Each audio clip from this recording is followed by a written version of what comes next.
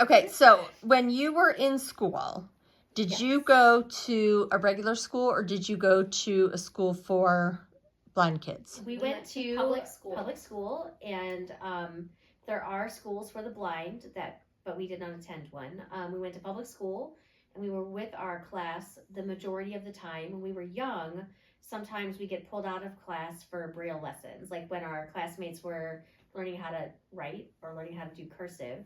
We were working on our Braille skills to make sure that we understood all of the different nuances of Braille. But besides that, we spent all of our time like in a typical public school setting. And most blind students go to public school, Right. with their peers that have vision.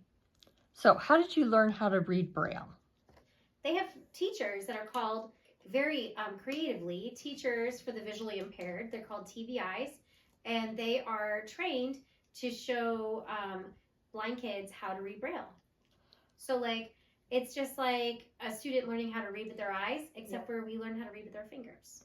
And then can you learn Braille in different languages? Yes. Oh, yes. Yep. There's Braille for all languages, just like there is for print. And we taught our friends Braille when they were older so that we could write notes to each other. And the teachers didn't know what they said, so that was kind of cool. Did you have a hard time making friends in school? You know, we didn't, but we were very lucky. First of all, we went to school with the same group of kids from first grade on. And then, you know, because we're twins, we already had a built-in friend. And so I think that made us more approachable to people. More confident. Yeah, and we were very confident too. Our parents taught us how to be confident and strong and how to believe in ourselves. And all of that, I think, helped people to feel more comfortable around us when we were young. So making friends was never a problem for us or an issue. Did you ever get bullied? I would say very lightly in junior high. So if you have anyone in your class who is different than you, it's not okay to mock them. Nope. And, you know, those kids who bullied me don't remember it now. But the kids that bullied, we were never like...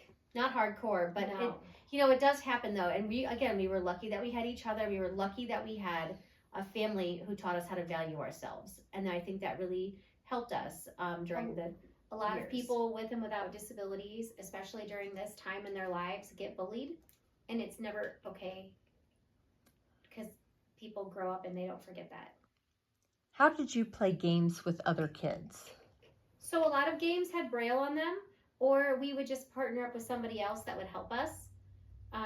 Or they would read us, like if we were playing a game like with cards and they weren't in Braille, they would read us the questions or help us move our guy on the board, our game piece.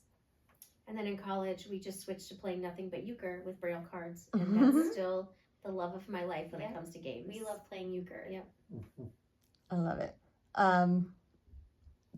How did you, when you went to OU, go Bobcats! How did you learn where your classes were and how to get to classes independently? So that again, we talked a little earlier about an orientation mobility instructor who would kind of teach us the campus. So we had someone who would come down before classes started, and we would walk together, and he would help us make a map in our minds of the campus.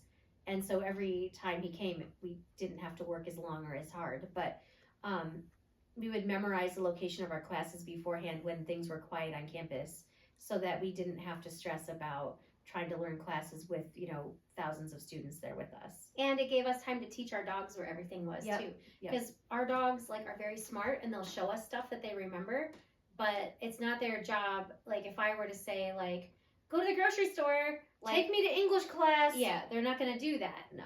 We have to be able to give them directions to get where we need to go. Because we work together as a team. We're partners. And then how were you able to do homework or study, or what did they do for you so that you could get the text? Well, a lot of our stuff was in Braille. Yeah. And if it wasn't in Braille, it was audio. And, now if you were a blind student, you'd either have a tablet that also has a Braille display so you can read on your tablet, or you have a computer with special technology so that it's got a program that will speak out loud and read everything on the screen to you. Or if you have some limited vision, if the student does, it will enlarge all the text on the screen as well. Because, like I said, most people who are blind or low vision, a lot of them don't need the computer to talk out loud to them. They just need it bigger. All right. The font.